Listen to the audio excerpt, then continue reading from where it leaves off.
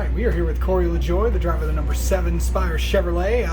Corey, welcome back to Michigan. It's been a while since you've been here. Yeah, tell me about it. Overall, what's it feel like being back here? Yeah, it took a year. We got forced to take a year off last year. Was exposed to COVID.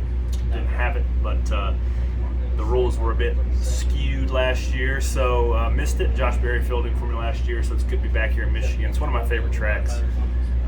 Run well here often, so I'm excited to see what the old 7 Schluter Systems Camaro has this weekend. How do you feel like Spire has done so far this year with the 17 and the 77 team? Yeah, I feel like we've been a bit of a feast or famine.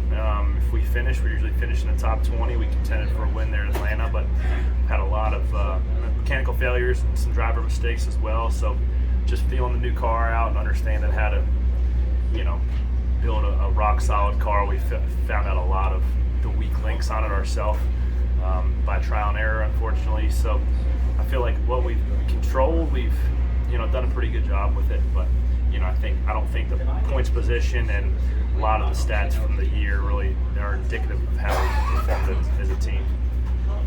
Going into this year and just the improvements that you and Sparks have made together, what has it been like working with the crew chief for multiple years?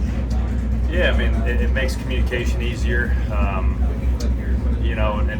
the scale of what I think the car needs to drive, he really picks up on, and our communication is continue to hone in each and every year. Certainly throughout the race, has probably made the biggest advances. So, I think it definitely helps with continuity, and they know what feel I'm looking for in a race car, which continues to get better, and we're figuring out this next-gen car more every week.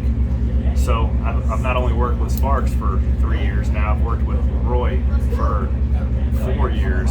So it's nice to continue to work with the same guys, and we're continuing to get better each and every year, which is what we're trying to do. How do you think, overall, how do you think Stacking Pennies is going? Because you've had some pretty big guests on there. Yeah, I mean, NASCAR seems to like it. I really can take it or leave it, to be honest. It wasn't something that I went into hoping to grow into, what it is now. But it's also to the point of, if I'm going to do it, I'm going to put all of my effort towards it, try to be as good as possible at it as I can. And I go back and listen to things I want to do better, and be a real, critic of how I want to say things, how they come across, how I sound. So it's been. I say now that the podcast and all the media stuff is my job, and my hobby is racing cars on the weekend. So it's been good, man. It's we had Denny Hamlin on, we had Tyler Reddick on last week, we had Chase Elliott the Monday after our little run in there to Atlanta. So having it on the NASCAR platform certainly allows it to be bigger than what I could have dreamed of it being. So I'll continue to do that, keep having some fun with it, and see where it goes. All right. Well, Corey, thank you so much for taking some time to talk with us. Good luck this weekend at Michigan. Thanks, man.